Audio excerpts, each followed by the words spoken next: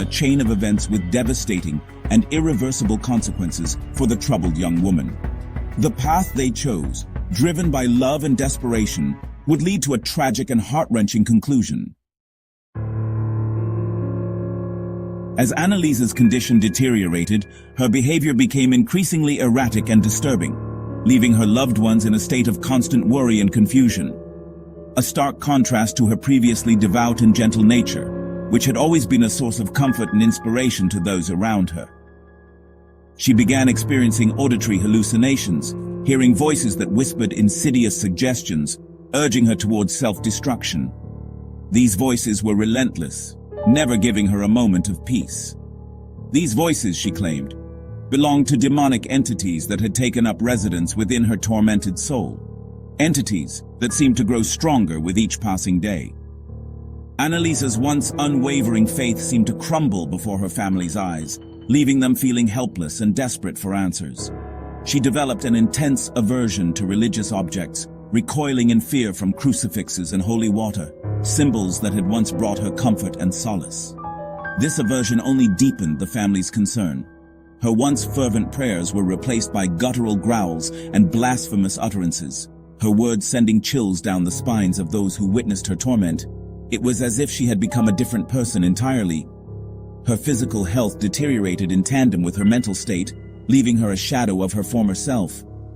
Annalisa refused food and water, believing herself to be possessed by demons who forbade her from partaking in such sustenance. This self-imposed starvation further weakened her already fragile body.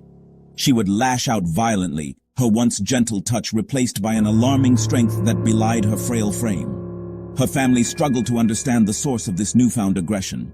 Her emaciated body, covered in bruises and bite marks, bore testament to the violence of her unseen tormentors. Each mark told a story of her ongoing battle.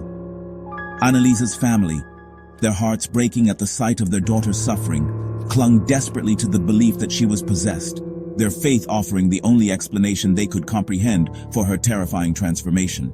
They prayed for a miracle, hoping for a return to normalcy. This conviction would ultimately lead them down a path of desperate measures, seeking solace in the ancient and controversial ritual of exorcism, a last resort in their quest to save Annalisa from her torment.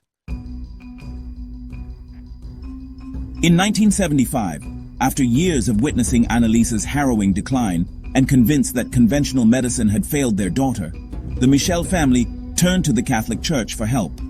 They were desperate, seeking any form of intervention that could save Annalisa from her torment. They believed that Annalisa's increasingly disturbing behavior was not a manifestation of mental illness, but rather the work of malevolent demonic forces that had taken possession of her soul.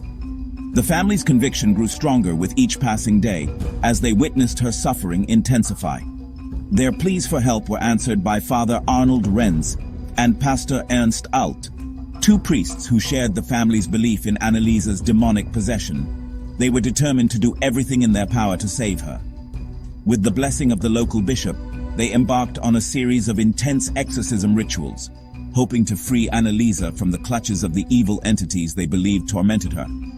The rituals were elaborate and grueling, involving prayers, chants, and sacred rites.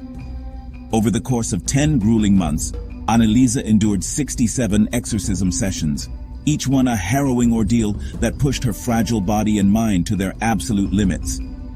The sessions were physically and emotionally exhausting.